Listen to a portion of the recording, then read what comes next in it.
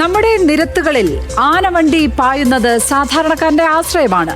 എന്നാൽ കഴിഞ്ഞ 2 മാസത്തിനിടെ കേരളത്തിന്റെ റോഡുകളിൽ ആനവണ്ടി ബാക്കി വെച്ചത് ചോര പുരണ്ട ഓർമ്മകൾ മാത്രമാണ്. തിരുവനന്തപുരത്ത് മാത്രം കഴിഞ്ഞ 60 ദിവസത്തിനുള്ളിൽ പൊലിഞ്ഞത് 4 വിലപ്പെട്ട മനുഷ്യജീവനുകളാണ്.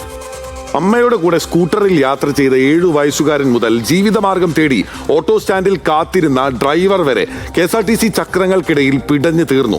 ഇത് വെറുമൊരു അപകട വാർത്തയല്ല, മറിച്ച് KSRTCയുടെ ഭാഗത്തു നിന്നുണ്ടാകുന്ന ഗുരുതരമായ സുരക്ഷാ വീഴ്ചയുടെയും ട്രാഫിക് നിയമലംഘനങ്ങളുടെയും ഞെട്ടിപ്പിക്കുന്ന കഥയാണ്. റോഡിലെ കുരുതി. മാലവ വർഗീസ് പോൾ തയ്യാറാക്കിയ അന്വേഷണ റിപ്പോർട്ട് കാണാം.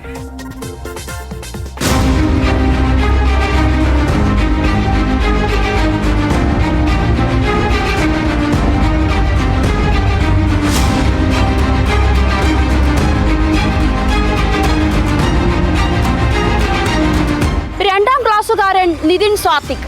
അമ്മയോടൊപ്പം അവൻ സ്കൂട്ടറിൽ യാത്ര ചെയ്യുമ്പോൾ അറിഞ്ഞിരുന്നില്ല പുറകെ നിന്ന് വരുന്ന ചുവന്ന വണ്ടി തന്റെ ജീവൻ എടുക്കുമെന്ന്. മരണപ്പാച്ചിലിൽ പലതും മറികടക്കാനുള്ള തന്ത്രപ്പാടിൽ കഴിഞ്ഞ 2 മാസത്തിനുള്ളിൽ KSRTC ബസ് ഇടിച്ച് മരണപ്പെട്ടത് 5ഓളം പേർ.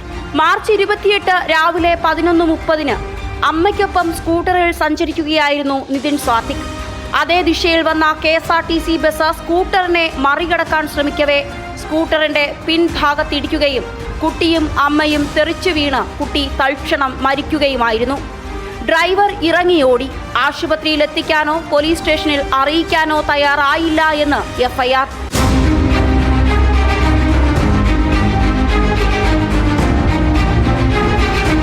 അതേസമയം നമ്മൾ നോക്കുന്ന സമയത്ത് കുട്ടി നട്ട റോഡിൽ കിടക്കുന്നതായിട്ടാണ് കണ്ടത്. ശകലം ബ്ലഡ് അവിടെ ഉണ്ടായിരുന്നു. ഉടൻ തന്നെ പുറകെ വന്ന കാറിൽ കുട്ടിയെ കയറ്റി കൊണ്ടുപോവുകയും ചെയ്തു. പക്ഷെ ബസ് സ്ലോവായി. ഇവർ കയറി പോകാമെന്ന് വിചാരിച്ചപ്പം ബസ്സും കൂടെ ഓവർ സ്പീഡിലങ്ങ് കയറി പോയി. അപ്പം ബസ് എന്തോ തട്ടിയാണ് പറഞ്ഞു വീഴുന്നു കൊച്ചിൻ്റെ ദേഹത്തൂടെ. ഇക്കഴിഞ്ഞ മാർച്ച് 4-ാം തീയതിയാണ് വിഴിഞ്ഞം തെന്നൂർക്കോണത്തെ 31 വയസ്സുള്ള വർഗീസ് എന്ന ചെറുപ്പക്കാരൻ KSRTCയുടെ അമിത വേഗം കാരണം ജീവൻ വെടിയേണ്ടി വന്നത്.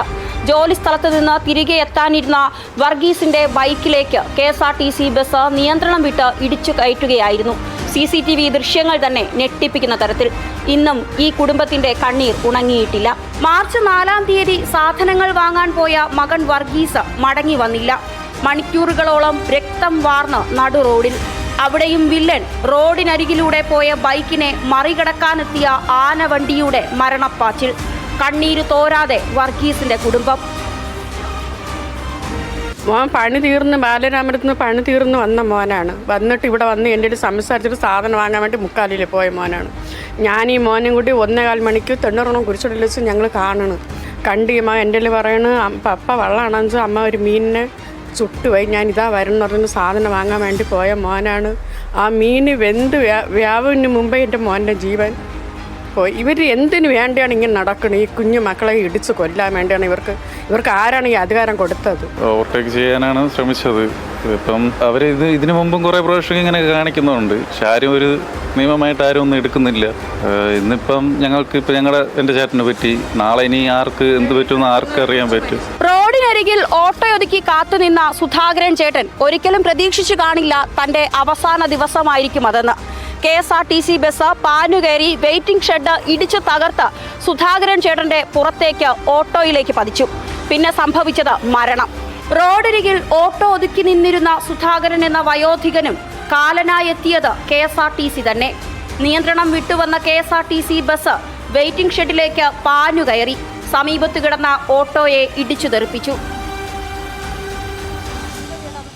സംഭവിച്ചത് ഇവിടെ വണ്ടി കിടക്കുകയായിരുന്നു. ട്രാൻസ്പോർട്ട് ബസ് അവിടെ നിന്ന് വന്നതാണ്.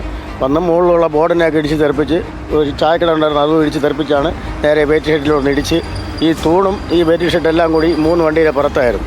അപ്പോൾ ഈ തൂണ് വന്ന് എല്ലാം കൂടി ഇവിടെ കഴുത്തിലാണ് ഇരുന്ന്. സ്റ്റിയറിങ്ങിനിടെ ഇങ്ങനെ ഇരുന്നു. ഇവിടെ എല്ലാം പൊട്ടിപ്പോയി. അപ്പോൾ ഗ്ലാസ്സൊക്കെ വലിച്ച് പൊട്ടിച്ചെടുക്കാൻ നോക്കിയിട്ട് പറ്റിയില്ല. പിന്നെ നമ്മൾ എല്ലാം കൂടി ഡ്രൈവർ സൈഡിൽ നിന്ന് ഇടയ്ക്ക് വലിച്ചൂരിയാണ് കൊണ്ടുപോയത്. അവിടെ ആശുപത്രിക്ക് കൊണ്ടുപോയപ്പോഴത്തേക്ക് ഏകദേശം ആയി.